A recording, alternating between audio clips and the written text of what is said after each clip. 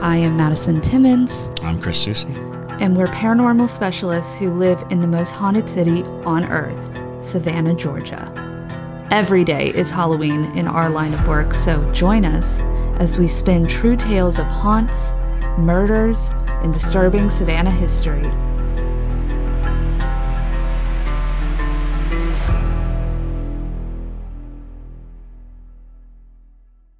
I'm Madison. I'm Chris. And welcome to the most haunted city on earth. Hello, and welcome back to another episode of the most haunted city on earth. My name is Madison Timmons. I'm Chris Susi. Hold on 1 second. And I'm JT Timmons. Oh, God. Why'd you say it like that? I'm trying to figure this out. Something's happening. Yeah, well, you know, still JT has more buttons to press. Okay. More buttons to press. Lots of buttons. So many buttons. Yes. Lots of buttons. But it was the fact that you said it, and I'm JT Timmons. And it's like, JT Timmons. Oh, God. Ooh, what secrets does JT have? Lots, apparently. Yeah. Many secrets. Minio secret. So today's episode is a bonus episode, is what we're going to call it, because we are in between seasons, but we couldn't disappear for our break without letting y'all know. That there's going to be a break. There is a break that is happening. And you're in the middle of it. Ooh. Ooh. The call is coming from inside the house. Honestly, one of the scariest moments in recent horror film history. Yeah. Super creepy. But anyways, the point is that one, today we are doing Ghostmail. Two, yes, we are indeed going to be taking a 2-week break. We'll be returning back on August 12th, I believe. Yes, Saturday, August 12th. That's it. So just literally, you guys are listening to this now. The next Tuesday, Saturday, you won't get one. Then the Tuesday after, and then boom goes dynamite. We'll be up and running on for season 5, episode 1, and we are going to be live streaming publicly. Mm-hmm. So that's going to be very fun. So join us for live streams, and we'll have Parajunkie live streams also. So don't worry, Parajunkies, we're still going to be doing that. But yeah, it's going to be super fun. Season 5, we have a lot planned. And Madison, do you want to go into what we have planned for what we're doing during our break? Yes. So the thing that we are doing that will be preoccupying our time a bit is we are making a short film. And that short film actually was inspired by a story sent in from Ghostmail. Yes. Everybody's favorite. And that was the story of the woman with the mismatched fingers.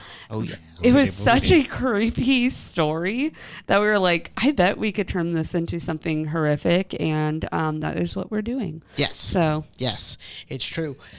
We are going to be making short films out of Ghostmail stories. And this is our kind of like our trial short. So it's going to be like super fun. And the woman with mismatched fingers is so unbelievably scary, and honestly it needs to be a film. It needs to be shown. And so the claws are actually getting made as you listen to this episode. So yeah, it's gonna be really, really great. So we will be doing a live stream for Parajunkies on August 6th of the film set, August 6th of the film set, and they're gonna kind of see how we're doing it. And it's going to be super fun, and it's going to be a good time. And then if everything works out with this one, which I believe it will, and people love it, then we are going to be making Ghostmails into short films. Yeah, and it's going to be awesome. It's exciting to do another short film. We haven't done a short film in a long time. We've done the feature, but which, by the way, if you haven't watched it, you need to watch that. It's on Tubi, and some other things. It's called The Final Hours of a Suffering Artist. So if you've ever wanted to watch our filmmaking work, that is where you can find that. But we haven't done a short film since before 2020. Yeah. So, I know. So I'm excited to get into short films because we have listeners now. We have people that will actually consume the content we make. Watch the short films. It's true. But yeah. So before we get into the Ghostmail, though, I do want to thank some new Parajunkies. So we want to thank Trisha Cullen, Amanda French, Ashley Myerscaw, Kalana Crab, Lexi, Alexis Heiss, Stephanie Lynn, Alyssa Hill, Naomi Beckerink, and Jamie Campbell. So thank you guys so much for becoming Parajunkies.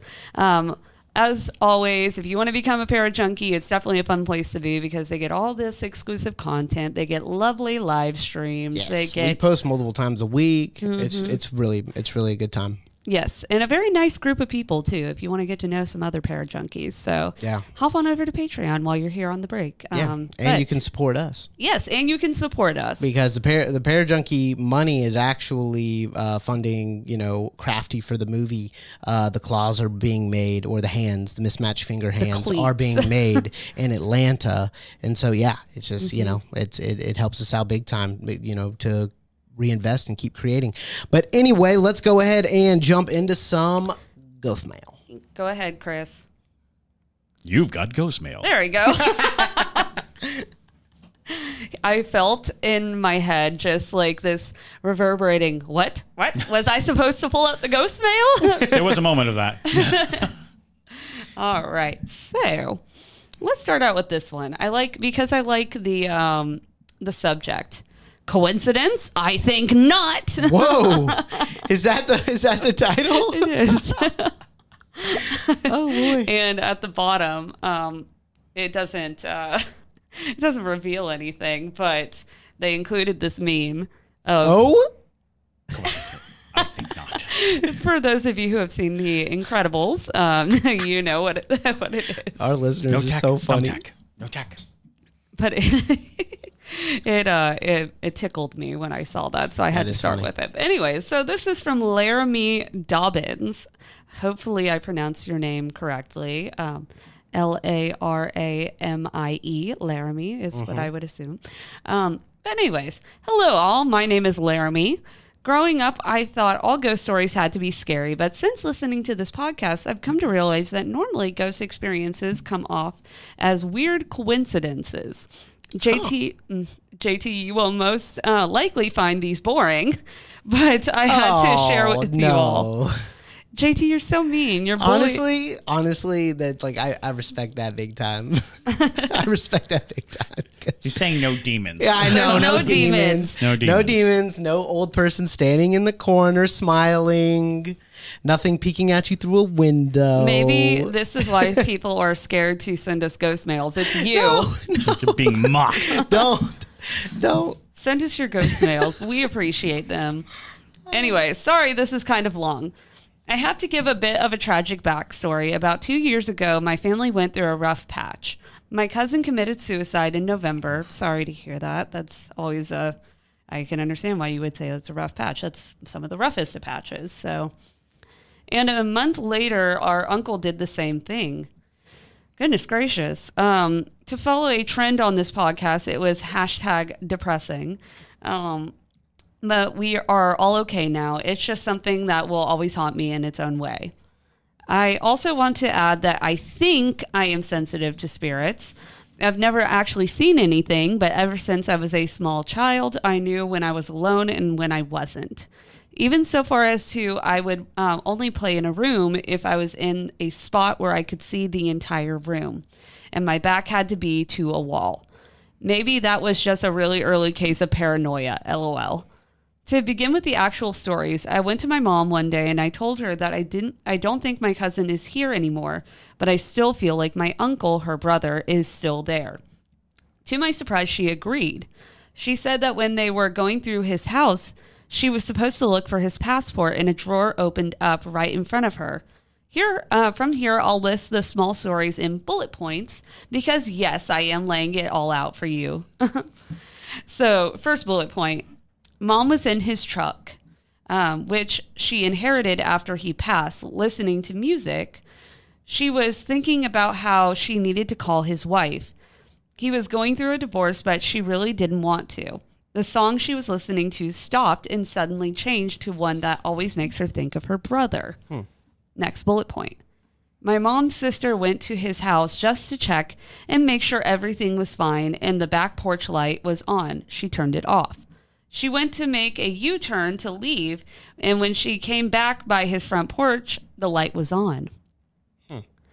The next one is the same sister found a stack of change by his back door. When she went to his front door, there was more change, and it was from 2022, made after he had passed. Whoa. Now, I don't think this is paranormal, but Madison or Chris, I would love to hear your opinion on what you think that is. Next is my mom got some of his shirts and brought them home. Well, let's discuss that one real quick. Okay, Yeah, just so, because there's multiple. Coins are, in many instances around the world, coins are usually linked in lots of different supernatural customs, beliefs, ways of communication. You'll see coins oftentimes used even at gravesides to show respect. So it's intriguing. It could be living people coming and paying some kind of personal homage to place the coins at the house. But yeah, coins are when they show up, it's oftentimes because coins are usually associated with fortune, with luck, and things of that nature, good passage. So hopefully that's the connotation of finding stacks of coins or finding coins. And remembrance / memory. Oh yeah, you know, absolutely. like, because if you think about from a metal detecting standpoint, the coins are like the ultimate find. It's one of the ultimate finds. Oh, absolutely. Like just old coins, and sure, a lot of that could be for fortune, but I think a lot of it is like, you know, these coins are super cool. Oh, and fortune just by to luck, hold not money. something. Yeah. Oh, okay. Not yeah. not, But not also wealth. I mean, like, but also you know, wealth. I mean, to a certain degree. Good luck. Good. You know, yes, for sure, like fortune all around. Right. Yeah, fortune all around for sure. But yeah, I don't know. It's just like, you know, we hold coins to a really high regard, and I feel like well, yeah, that's how they became. You know, the things that we hold in high regard oftentimes become the things of supernatural density. Yes, you know, that's what I was getting the more to. that we value something when it comes back and shows itself. I have a very cool Chinese luck sword that is just basically made of coins. It's coins that are That's cool. bound together. I know. In Now the we need shape, a photo of that. in the shape of a sword. Yeah, I'll bring it in because it's only like this big. So We'll have a show and tell. a show and tell. Chris will bring all of his swords, but But stop bringing in the swords one at a time.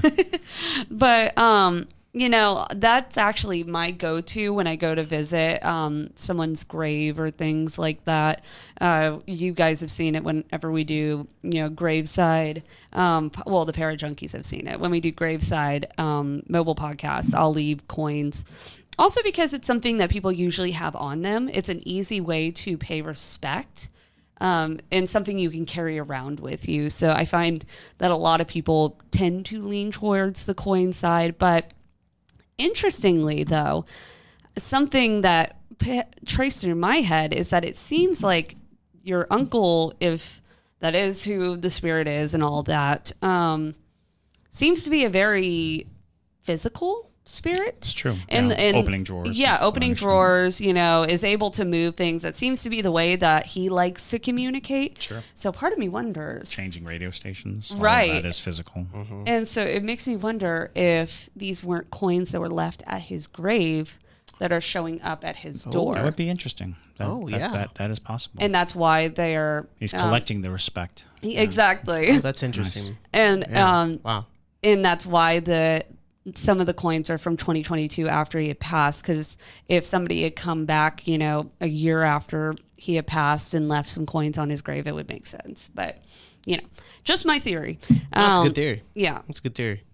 But onwards and upwards, it's so my mom got some of his shirts and brought them home.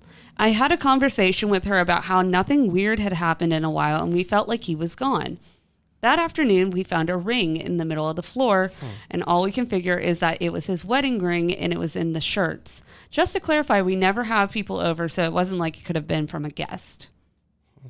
That's an interesting one, too. Yeah. Because I wonder if somebody left his wedding ring at the graveside as well, almost like he's leaving these little tokens. Getting these tokens. Or at the very least, he's signifying that he's still there. Exactly. just because you were doubting, maybe. They're nope, still here. There's my ring to prove it. But anyways, so Mom picked up a Walmart order for us, and when she came home, I was taking in the orders and was just going to leave the kitty litter in the truck and get it later. I tried 3 times and couldn't get the door closed, so I joked that he didn't want me to leave it there. Then I noticed one item was missing from the order. Mom gave me the number for Walmart, and it was his old cell phone number. What are the odds? Very weird. Coincidence? I think not. I don't. Yeah, I was about to say that does not seem like a coincidence. That's insane. That's really weird. That's very weird. I can't tell you how weird it felt to type in that number and his name popped up like I was calling him. Yeah. Bizarre. That is super bizarre. For the last short story, Mom told me to go get a bag of kindling out of the bed of her/his truck, and I went and got it. Not long after, I took out our dogs, and they shot around the house. The headlights, taillights, and lights for the radio and meters were all on in his truck. The next day, the battery was completely dead, and this is the second time this happened. Oh. Again, sounds like he's a very physically active spirit, not like working out physically active, but like I said, like he likes to use objects to convey communication, which every spirit has their own way of doing it. That just sounds like it's his. Now, none of these come off as outright spooky. I disagree. Personally, I think it's creepy when you're placing all of them in bullet point form. But anyways, I will say, though, when I turned that corner and the headlights were staring me down, I was a tad shaken. Sure. But it comes to a point where you have to be like, that's just too many coincidences. They all surround his siblings, his truck, and his home. I'm interested to hear your take on all of this. I'm beginning to feel like the guy from The Incredibles. I'll insert the meme for reference. Coincidence? I think not. I wonder if it has to do with how recent the death occurred. Yeah. Well, and there's an interesting through line too of maybe opening conversation with him, speak to him, because it sounds like, and especially with like turning all the lights on in the truck, the places that he'll have the ability to communicate, the attachment to the truck is stronger than anywhere else. So the idea being, if you acknowledge him, he doesn't have to do those things. But he is still, the fact that he's still doing those things means that, and suggests that he still has presence. Yeah. So just throw him some attention every now and then out loud, direct attention. And that can stave off some of these occurrences, but it also conserves his energy so that he's not expending it all in trying to get attention. Right. And allowing for a peaceful transition, but also if somewhere down the road, more important messages have to come through, they can. So that's kind of my take on it is he might be dwindling because, when you're very fresh, moving things, doing things, being very present in people's minds and in all of that. But as time passes, those spirits oftentimes find themselves feeling relinquished. And maybe they're not ready, so you kind of give them permission to be around, so that they're not like rattling things or trying to make you notice them. You can say, "I know you're here," or if you're here, I acknowledge it. Before history is written, it's played. Before it's frozen in time, it's fought one shift at a time. Before it's etched in silver, it's carved in ice. What happens next will last forever. The Stanley Cup Final on ABC and ESPN Plus begins Saturday.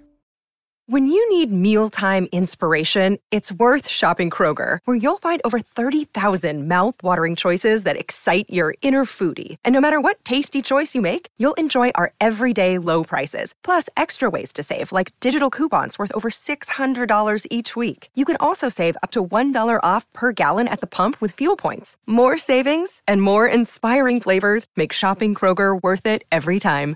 Kroger, fresh for everyone. Fuel restrictions apply. So call out their name out loud. You know, it helps. And this is true of anybody who's having like more disturbing ghostly encounters. Oftentimes, talking out loud to the spirit is a way to diminish some of the activity, or at least focus it, so that you're not constantly being surprised by it, or it's not happening because they're like, I'm here, pay attention to me. Go ahead and give them the attention right off the bat, and that alleviates the pressure for them to get your attention.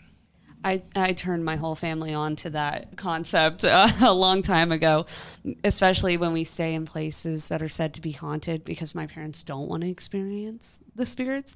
I'm like, just talk to them. And you can just say what you're doing, because a lot of times it's just that curiosity. You know, the spirit is like, what you doing? What's going on? Here, let me click. What are you doing? So you say, I'm here for, vacation. I'm just here to do a little work. I'm here for, we used to do that at Savannah Theater. We'd call out to the ghosts and just be like, we're here for rehearsal. You don't want any trouble. Just here for rehearsal. Like, don't mind us. Don't mind us. But yeah, so my thoughts kind of are, I think when you think about spirits in general, one of the top reasons that spirits hang around is unfinished business. And a part of it makes me feel like, because it's so focused around your family, and like things that were very closely associated to him, it sounds to me almost like he feels this responsibility that he needs to help you through the mourning process, because it's still, especially given the nature. Exactly. And maybe one day when the, I mean, obviously that mourning sensation, that feeling of missing someone is never going to fully go away, but it does get easier over time. And it's almost like, at least what I'm getting from it, is that he might be trying to constantly be showing you that he's still around, that it's almost overkill, where he's trying to be like, I didn't leave you, I didn't abandon you, and hopefully that you don't take that in a bad way, but it's hard to express when it comes to situations like this, especially. But you don't want to be presumptuous. Yeah. About the nature of certain spirits and the nature of certain histories. So it's a tricky thing, but to suggest that it is a question of a family member wanting to engage and still remain a part of the family dynamic through this type of activity, that makes perfect sense. Yep. Right. So to finish off this one, thanks to you all for taking off the scary edge a bit when it comes to the spook, TM. I've been scared for so long when it comes to this stuff, but I've had a better understanding after listening to your podcast. Lots of love, Laramie. Thanks, Laramie. P.S. Chris, I had to share this just so that you don't feel so alone. Oh, God. Okay. When I was a kid, my dad told my younger brother and I that if we slept too late, the gorillas in the attic would come down and get us. Oh, God. If him doing the army trumpet sounds at the crack of dawn, or singing the theme song of Mr. Rogers' Neighborhood didn't wake us up, the thought of a silverback gorilla coming down from the attic to drag you out of bed sure did the trick. Yeah. Oh my God. Yeah, absolutely. That sounds bananas. Oh God. Oh no. You can be exiled now. You can leave. There's the door. It's over there. I've been exiled. Yep. Even on the bonus episode? Yes, on the bonus episode. Especially the bonus episode. How dare you? Well, thank you, Laramie. I that was great. That was awesome. I like your sense of humor as well. Yes. That's Yeah. very memey. I love a good memey humor. But anyways, so our next one comes from Ashley. Hello, everyone. My name is Ashley Meyerskaw. I have to start by saying that I love the podcast and I am a brand new Parajunkie myself. I thought I recognized your Yeah. name. Well, welcome to the Parajunkie fam, Ashley. Yes. Welcome. So, I recently came across your podcast while spontaneously searching for something just like this on Spotify, and I must say that I am hooked. In the past few weeks, I have... Parajunkie, if you will. Aha. Now, in the past few weeks, I have started from the beginning and been working my way through the seasons, and I truly have loved all of the amazing content and stories from everyone. I have always had an interest in the paranormal, and out of all the places I have traveled, I have always had a love for Savannah and all of its history. I currently live in Sonoya, California, or not California, my brain is not functioning, Georgia, Sonoya, Georgia. Okay. Excuse my absolute, misreading of things every once in a while. A somewhat historic town, and have only visited Savannah a handful of times my entire life, but it is absolutely my favorite city of them all. I have always been such a history nerd. I feel you. But there is such a charm to the beautiful squares, historic buildings, and Spanish moss-covered trees. In October of 2020, I hosted a bachelorette weekend for my best friend in none other than Savannah. Woo. During our weekend, we booked a ghost tour with Ghost City Tours, after dark, of course. After our tour ended, our group of 4 was still longing for more, so we made our way back to Colonial Park Cemetery. We walked around for about 20 minutes, all taking photos/videos, and once we headed back to our hotel, we all sat and evaluated our evidence. Out of our entire group, I was the only one who had captured anything, so we think, on camera/video. I've attached photos here. Ooh, I love a photo. Yes. I'm very interested to hear your thoughts on these photos. Please note that some of these are screenshots off an iPhone from a video. I did go frame by frame and captured what I believe to be ghost photos. I look forward to hearing your thoughts on these. Many more ghost stories and questions to come now that I have found y'all. All right. So this is like a multitude of things. Yeah. All right. Oh, she circled them. Yes. All right. Ooh. Okay. So, that's different, Chris. Look at that top one.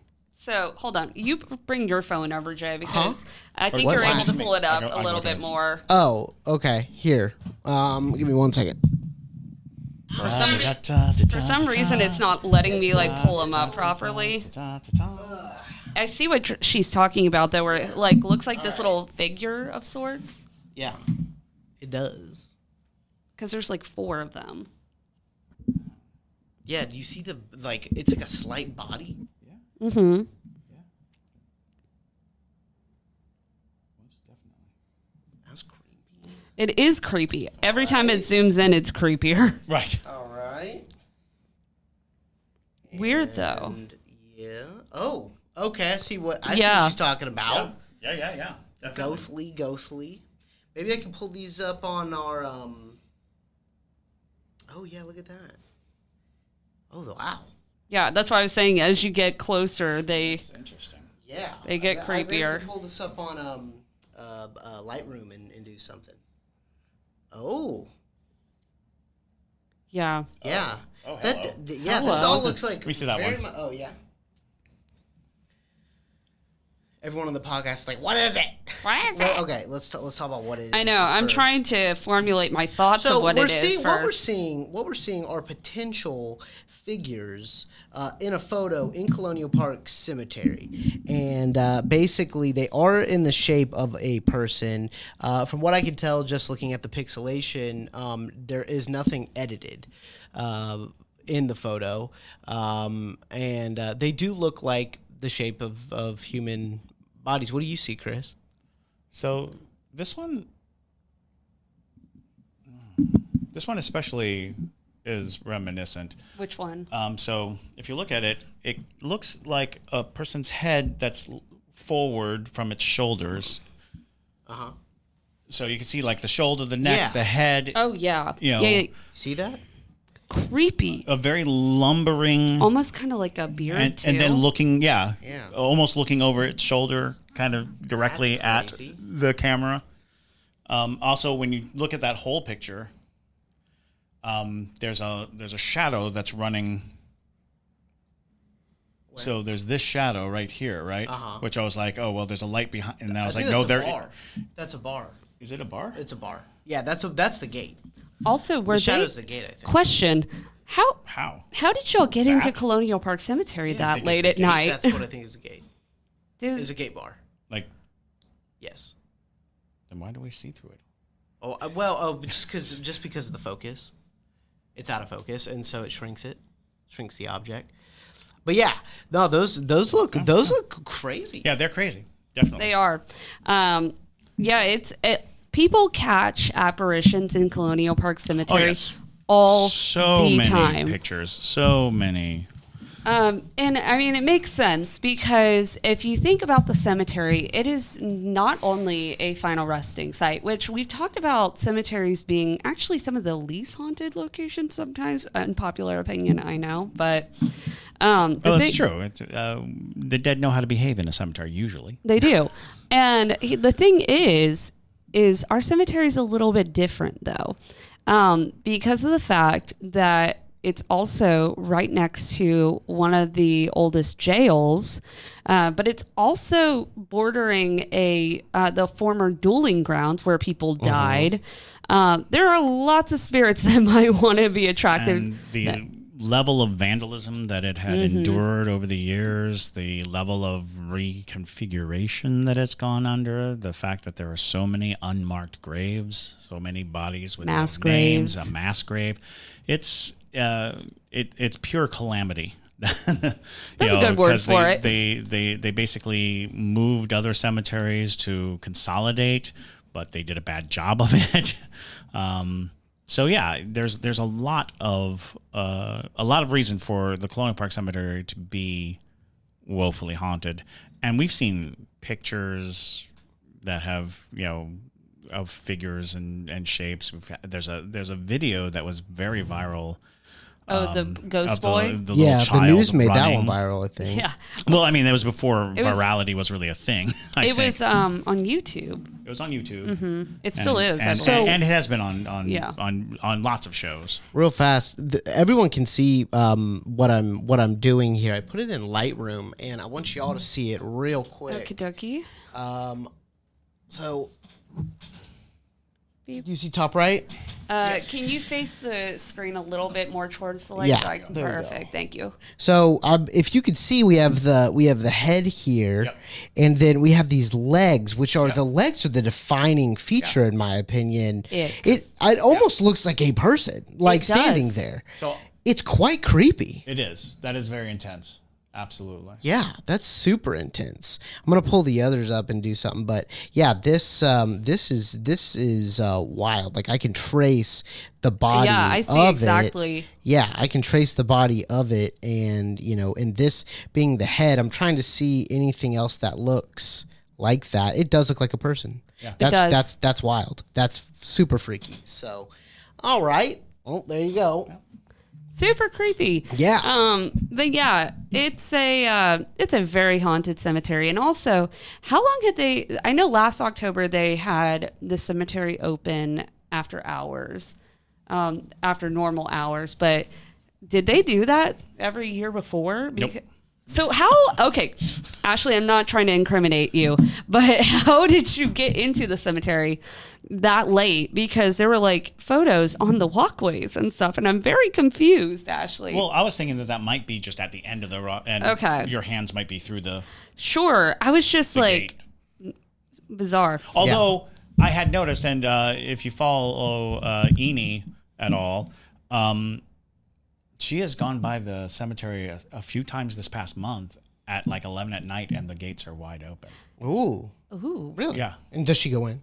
No. Oh, okay. She's like, I'm not supposed to do that. Yeah.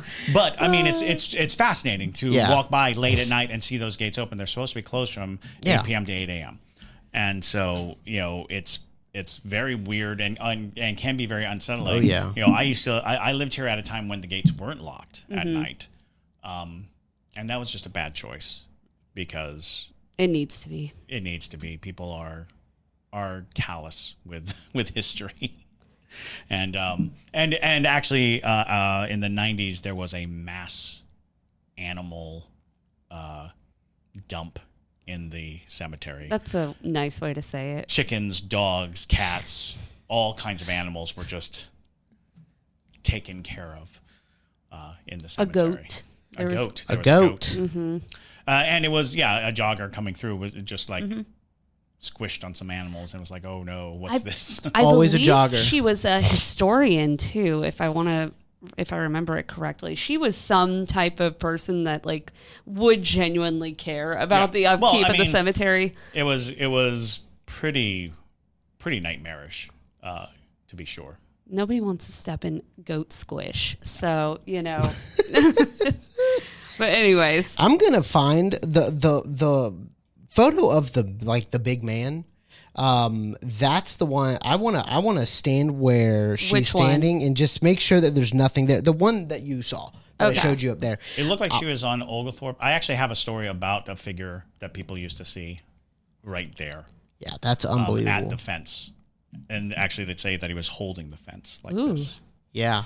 Well, so interestingly, if you go to what would be the southwest corner of the cemetery, that is a spot that a lot of dogs absolutely lose their minds next to. My dog's not in particular. I find it's every person who's ever told me about an experience, one, it always happens in the same corner. Two, they're always rescue dogs that have trauma.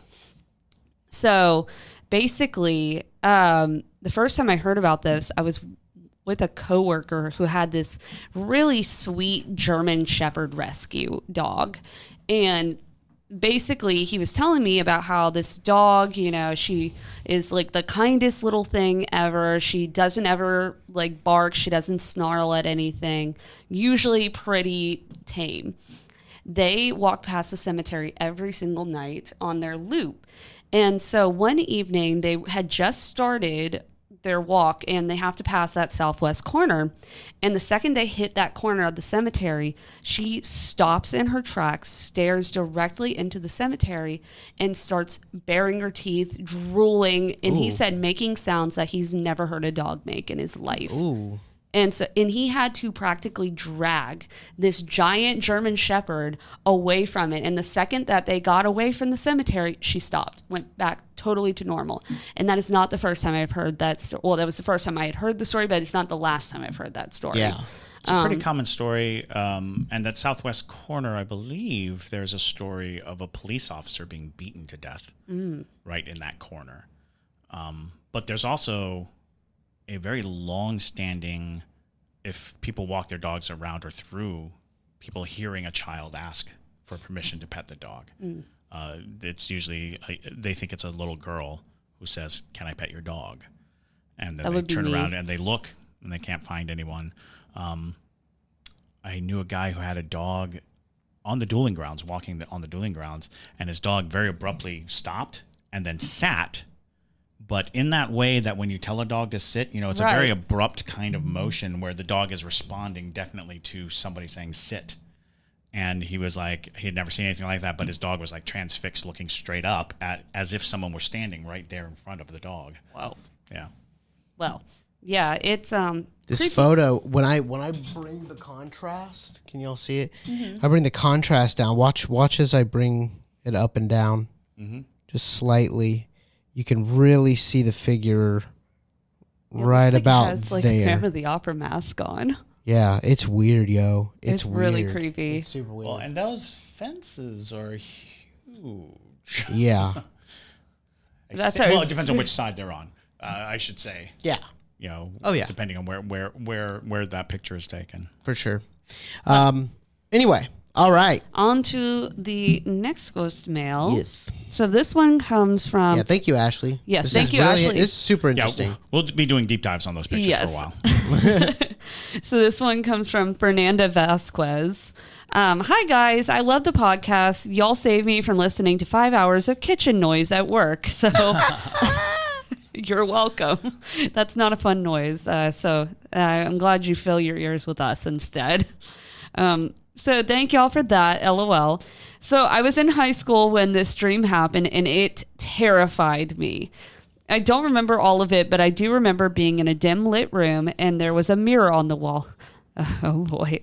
I remember looking at the mirror and there being a humanoid creature that looked like it was wrapped in gauze, had black holes where the eyes should have been, and had crazy looking razor sharp teeth.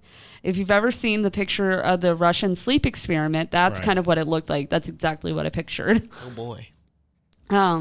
And if you haven't seen the Russian sleep experiment person, JT, you can insert a photo here, or Debria. Yeah, I was about to say Debria's cutting this one. Yeah, Debria, insert a photo right here. She'll love that. I don't know if she knows that. Yeah. And we apologize in advance for looking at it. Yes. And so... She's usually editing these all alone, so that's going to be in our nice. haunted bay. Yep, It's coming for you, Debria. It's coming for you. The creature also had super long fingernails. Debria. She's so afraid right now, like listening to this right here. I just hear She's her. like, no, She's like, I'm a good person. I'm a good person.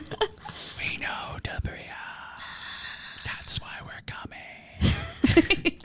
So it had super long fingernails, and I remember it screeching and clawing at the other side of the mirror like it was trying to get out and get to me. I was frozen with fear, and I remember it was hard to wake up. I eventually did wake up, and I was sweating and shaking out of fear. This dream scared me so badly that I made my mom sit in the room with me until I could fall asleep, and that next night. I was probably 16, but I needed my mom there because it scared me so badly. Thank y'all for reading my ghost mail, and I hope y'all enjoyed. Oh boy, That's terrifying. Yeah, horrifying. Absolutely. what could that have been? So, dreams are always hard to interpret. Yeah. Because it can be something paranormal, but it also can be, unfortunately, our brains sometimes work in ways that make no sense. Translating things that do not need translation. Exactly. And a lot of times, bizarre dreams are your brain working through something in your subconscious. Right. So a lot of times there's symbolism between different things. I mean, I don't really know the symbolism of mummy long-fingered razor teeth, but The fact that it was on the other side of a mirror suggests that it has yeah. something to do with yourself. Exactly. Your inner self, or some aspect of yourself that you don't like, or that you're afraid of, or that is destructive or detrimental to you. Mm-hmm. However, it's also worth mentioning that just about every culture developed the construct and idea of dream lands, of the idea that there are different realms of the universe, and those realms became what we associated with supernatural beings, where they lived, the other realms and planes of existence, of things like that, and that dreams were in fact a way to kind of either traverse them or at the very least get a look at them.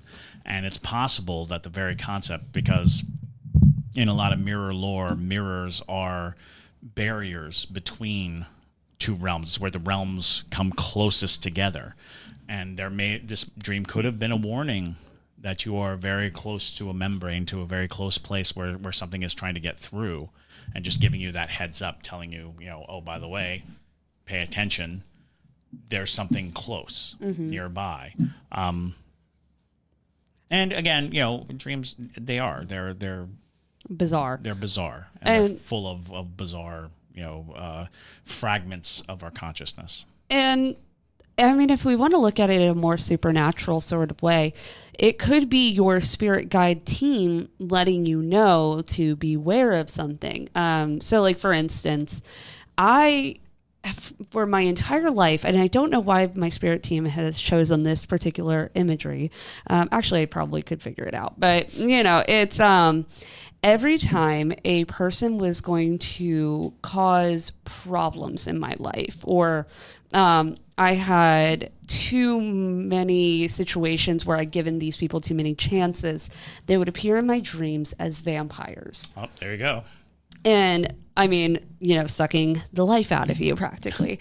And that is, bar none, where the vampire myth probably comes from is, they're just people who are exhausting. Exactly. And so that's the thing is, and every single time it was, I never understood why they were showing up as vampires until the last situation would happen, or they would do something that was very brutal or whatever it would be. So it could be that, your spirit team is trying to warn you, maybe like, hey, either one, you need to work on this darker side of yourself, which everybody has their what is called the shadow side. And that is something, when you get into witchcraft practices, that you're first supposed to work on, is working through your shadow self. So it could have been your spirit team trying to be like, hey, you've got these certain things that you need to deal with. Let us scare the crap out of you and maybe it'll get your attention. Maybe. Or it could have been somebody very close to you trying to cause harm or try to get to you or be a bad influence upon you. You never know. But at the same time, I just recently had a terrible dream, woke me up, shook me out of sleep, and it was my wife wanted to cosplay as Sailor Moon. Oh, no. And I was telling her I could not dress as Tuxedo Mask because I would look like the Penguin. And people would think that Sailor Moon was dating the Penguin because I do not look anything like Tuxedo Mask. Now, here's the thing. I've never watched Sailor Moon. I know nothing about Sailor Moon, but I knew who Tuxedo Mask was. I understood that was what was going on, was the argument was that I didn't want to dress up like Tuxedo Mask. I don't think that really is delving into anything deeper than, just weird. Just weird fragments floating through my brain. Did Sushi ever watch Sailor Moon? No. Weird. No. So bizarre. Maybe this is Megan implanting dreams into you. Maybe Megan has a secret desire to be. We were in New York, and Sushi was at Broadway Con, and someone cosplayed as Sushi.